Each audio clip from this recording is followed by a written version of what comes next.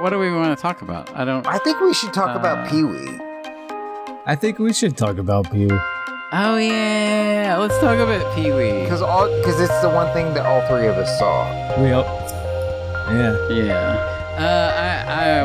watched Pee-wee as himself. Right. Pee-wee as himself. That was it. Which is a documentary by Matt Wolf. Yeah. He's done a couple things. The documentarian is very present in this movie. He's done like 6 movies because Ruben's like, you did 6 movies and I liked one of them. So yeah, and this was essentially a botched.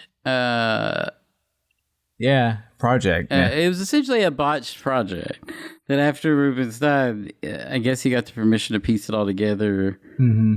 The way that it was originally talked about, but to represent why Pee-wee by Rubens rejected it. But it's really like a story, I guess, ultimately being about a story of like, I don't want to call it's not the worst story of a closet case because his closetedness is not the issue. No. Right. But like how that closetedness played how his self, like how being gay and the way he looked at his career basically ruined his life. Because he could have he took, I don't know. I think because he liked being... I don't know. He couldn't have had that success as an out person at the time that he was successful. No, he couldn't have. But I don't think... Yeah, you're right. I don't know. Yeah, it's interesting how it frames it because Yeah, no, I think he was tragic. I don't think he did it to himself. No. I'm not saying that. No. Yeah, but I'm saying that the anxiety between it wreaked havoc on him. I think on a lesser level, what happened? He had clearly a track record of jilted collaborators. Yeah. He's a difficult man. Okay, so yes. So let's not I don't think we can play I don't think that the documentary filmmakers were necessarily the problem. No. Oh God. No, this guy's had like a string of successful documentaries. Yeah. I think that Rubens and Pee-wee had like a wake of people in his wake saying this guy was a nightmare to work with. Yeah. Mm-hmm. Rubens has this very, very articulate, facially articulated irritation. Yeah. Like when he's getting irritated with something, but he also has his meanness is playful. Yes. Yeah. It's really he's still a member of the Groundlings whenever he's doing these bits or whatever. Yeah. He's very playful when he gets mad or when he gets he's prickly. It's prickly, and I think he was off. And he's clearly a control freak. Clearly. Yeah. I mean, he talked about how much he resented working with Tim Burton. I mean, he has to maintain that control part of it's being gay and keeping it in wraps and then also it's all in the soup. You can't disconnect the control. It's all in the soup. Yeah. The need for control with the building of the identity, building the identity so airtight, he did, is just a manifestation of his need for control and his closetedness. I guess I don't know. Right. Yeah. And by the way, not the usual closet case story. There was no issue with his parents. Yeah. He was out and then went back in the closet. Yeah. Right. Because he realized to have the career he wanted, he's like, I can't be out. The fact, because there's a lot of stuff in that documentary that I didn't know about him. Because, I knew he's probably gay, but I thought for a while I just thought he's asexual or whatever. But the fact that he was out and said, I got to go back in, he had a loving relationship and that probably fell apart for reasons that didn't get into because he's very personal. Well, it sounded. I think it was insinuated that it fell apart because he chose his career. That's what that's certainly. Yes. I'm going in the closet, and you're going out the back door. And, I learned this. Tim Burton wanted to make another movie with him. Oh yeah, Yeah. And Tim Burton wanted to make a Pee-wee movie after Batman Begins. Not Begins. Batman Return. Penguin. Batman Returns. Batman Penguin. Batman Returns. Yes. Batman Returns. Yeah, yeah. He wanted to work on another Pee-wee movie, and that was already in the works. So, but like he was trying to work it out, and I didn't realize this, but when Pee-wee said no because he wanted more control. He wanted to boss the director around. Yeah. So, and Tim Burton was kind of beyond that at this point. Right. So Tim Burton approached Chris Elliott to do Cabin Boy as his Pee-wee's Big Adventure slate movie in his calendar. Oh, that's hilarious. And so then Cabin Boy got greenlit. And then Tim Burton was like, fuck it, I'm making Ed Wood. I'm going to go in a different direction. So he makes his, in my opinion, his masterpiece. Yeah, that's like, that's when he's cooking. That's when, like, that's his apex, really. And the dorks that bitched Cabin Boy, Chris Elliott and this other guy, had to go to make the movie, and it bombed horribly because it was supposed to be this whimsical tale, and it's not, you know? Like, I love Cabin Boy, but I mean... Well, you can go. It ruined Chris Elliott's career. People love it. But his career was being on Letterman. It was a bomb. I mean, yeah. It was a notorious bomb. Yeah. No, he had a TV show. Oh, Get a Life. I love that too. Yeah. Yeah, and that got canceled after Cabin Boy failed. I think it was already. Or did they? Yeah, but like anyway, it was.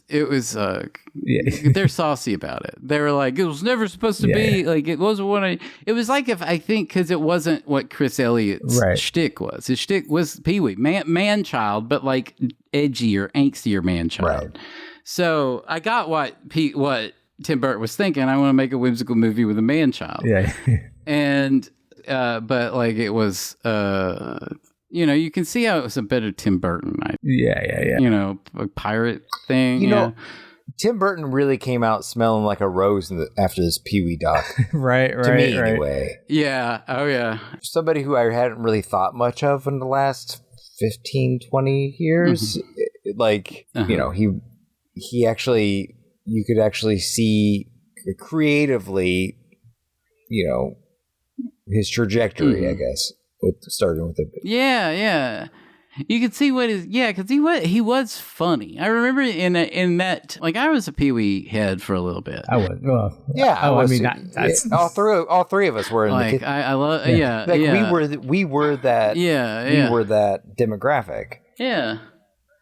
And so those what's his name? Your boy, the designer of the sets. That stuff is like Gary Panter. Gary Panter, yeah. Who's sounds cool as hell in that doc too. Yeah, he came off pretty well. yeah, no one said anything against it.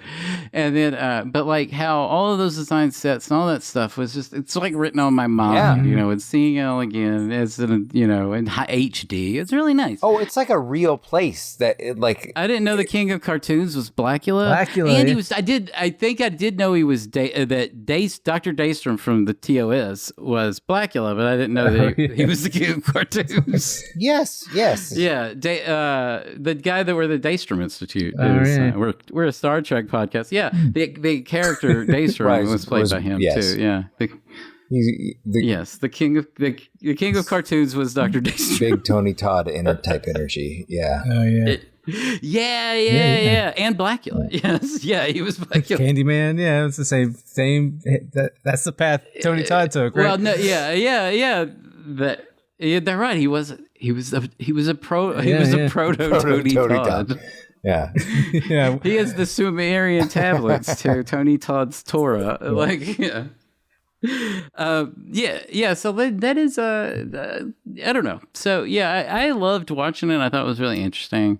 I find I guess the tragedy all comes at the end, basically where they the one that I think really the masturbation was getting caught masturbating in public in a gay theater. Yeah, I was like, oh, he went to Florida. That's where he fucked up.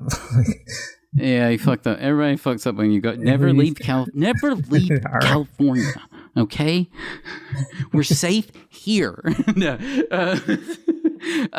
but Yeah, like so he got caught doing all that shit, and that was because his career was over. Yeah, I mean it was a huge. I mean, yeah, we all remember. And But the one that sucks is the child porn thing. Yeah. The more that you learn about that was that sucked. Where they went back for him. That's all ACAB, man. Like that's fucking Yeah. That fucking sucked. Yeah, just because the guy wanted to run for governor, somebody was trying to use him to score political points. And he was just like getting by on these like he was just getting by on these roles, these supporting roles. He became what they call a fixture of Hollywood. Dax Shepard is doing this currently, where you get enough of a fandom that you become attached to everyone's orbit, and then you get in their movies. It's not exactly Rob Schneider syndrome. No, is that the right one? Or David Spade? Which one does Adam Sandler put in all his movies? Both of those guys. Both. Right? Yeah. Okay, yeah. But yeah. He never, Adam Sandler, he never eats alone. Right. He always has his friends always eat too.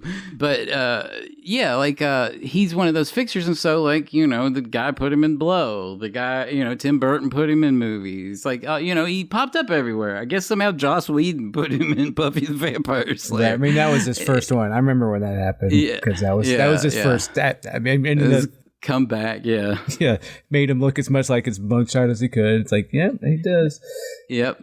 That is true. Yeah. And that is his natural state to look. Yeah. I remember thinking what? Yeah. Pee-wee doesn't look like Pee-wee? Because I guess he thought that he filmed the episode every day. I don't know. But I knew that I didn't know how the industry worked or anything. Right. But when I was 12 or whatever this happened, 13.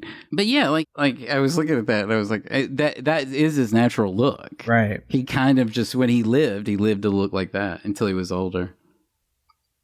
And so I had a taste of that.